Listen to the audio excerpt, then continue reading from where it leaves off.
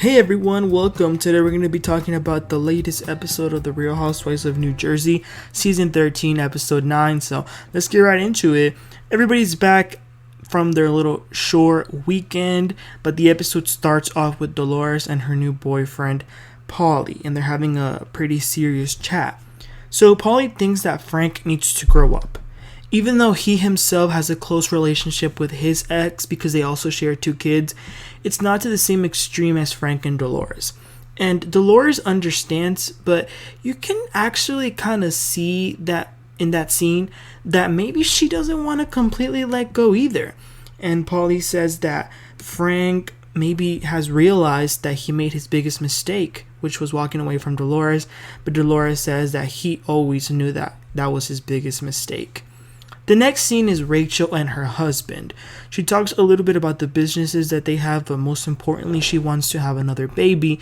But in regards to her stepson, she also wants to legally adopt him.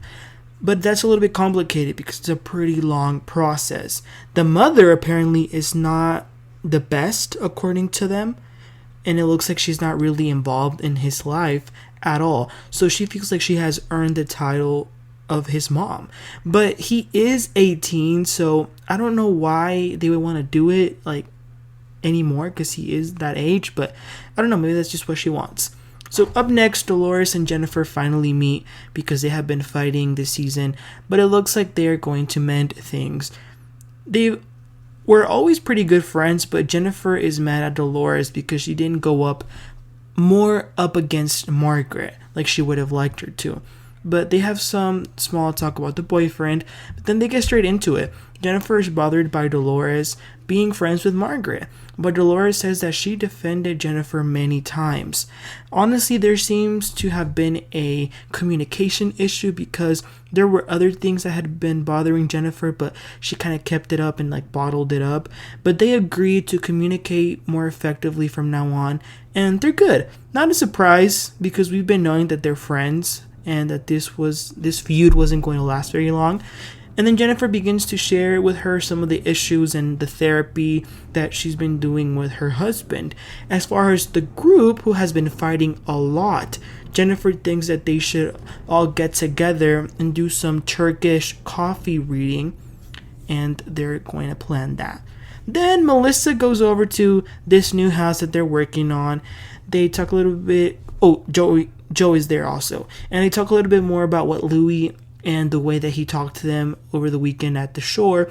And it looks like Melissa was actually believing him, but then Joe, he gets so angry and he says that he spoke to Dina's husband and he really despises Louis, like the way he was talking about it, like he was getting mad, his face was getting red, his veins were popping out. And he says that who does he think he is coming over here acting like if he's God, trying to fix us. So then I couldn't help but wonder, could it be that maybe Joe is a problem and not Melissa? Danielle FaceTimes Teresa. Danielle is very bothered at Rachel and kind of at the whole group, to be honest, because I remember Danielle stormed out because they questioned her about her brother.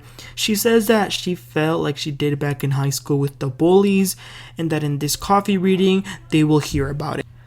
Okay, not too invested in this, but that's what Danielle said to Teresa on this FaceTime. So Dolores will be hosting the fortune-telling event at Pauley's place, where she has been staying in. And the place is amazing, y'all. Like, everybody was telling Dolores that they absolutely loved it. So everybody is there, even the friends of, except Teresa because she's sick. Margaret and Jennifer are super awkward, not saying hello, not speaking. They're still really mad at each other. Dolores tells everyone that her and Jennifer are good now. And Danielle is the last one to arrive. And she's also feeling tension with Rachel and Margaret. So they go inside and Dolores and Jennifer have yet another announcement. They are now both officially Teresa's bridesmaids. They're really happy about that, but the look on Melissa's face was pretty telling. So they have lunch. Margaret and Danielle sit right next to each other. They are so uncomfortable, but honestly, it was hilarious to watch, I'm not gonna lie. And while they're eating, Dolores makes the invitation for this season's cast trip, which is going to be Ireland. So then enters the lady who reads the coffee cups. I believe they actually did this on Real Housewives Ultimate Girls Trip season 2, right? Like where they drink the coffee cup and then the lady reads it. So according to the lady, the first one that she reads is Dolores. It looks like she's going to have a ring on her finger. For Rachel, it says that she's going to have a victory either in the next 6 months or in 3 years. So she takes it as she will successfully adopt her stepson.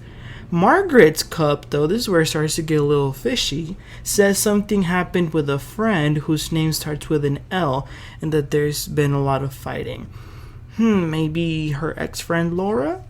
She then tells something to Jennifer, like maybe she should get more endorsements. A word that was used when she fought with Margaret a few episodes ago. Anyway, the point is the whole group is convinced that Jennifer paid this lady and talked to her before this. And honestly, though, Jennifer's face kind of gave it all away, because when the lady was telling her about the endorsement thing, Jennifer was trying so hard to act like that she was completely in shock. It was hilarious.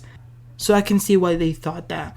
And then what she reads on Danielle's cup is that, well, she has a brother who she's not speaking to. Shocker, right?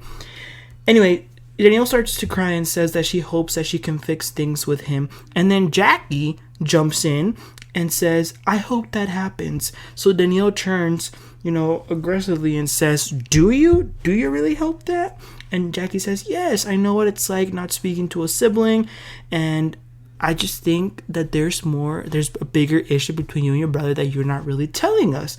And Danielle says, you know what? They should have listened to her explanation, and that was that. And then Melissa calms everyone down and says, everybody calm down, but Danielle, just don't walk away like you did last time. So Danielle wanted to address that anyway. So she says, you know what? I'm not one to walk away, but the reason I left was because of you. And she points to Rachel.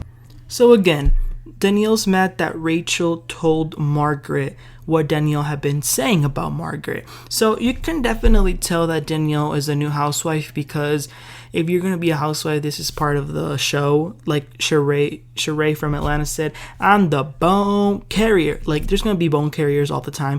But that's why she's upset, because Rachel told Margaret something that they talked about. So even Rachel was like, okay, I don't care, honestly.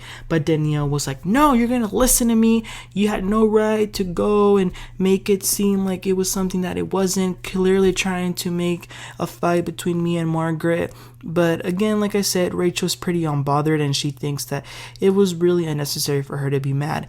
And that's where the episode ends. And it looks like next week we're going already to the cast trip. And Danielle is going to ask Jennifer, what is that dark secret that Laura, Margaret's ex-best friend, said to them? And it looks like it's going to be the Melissa and kissing some random guy in the car. So I'm pretty excited that we're going to start getting into that. This episode was mid. It wasn't too exciting. It wasn't boring, but it was whatever. So you guys, let me know what you thought in the comments. Do you think that this lady who read the coffee already knew what she was going to say? And what do you think about Danielle? Do you think she's over exaggerating, or do you think that she has a right to be mad? Let me know all your thoughts about this episode in the comments, and please don't forget to like and subscribe, and I'll catch y'all next time. You have a great one. Bye.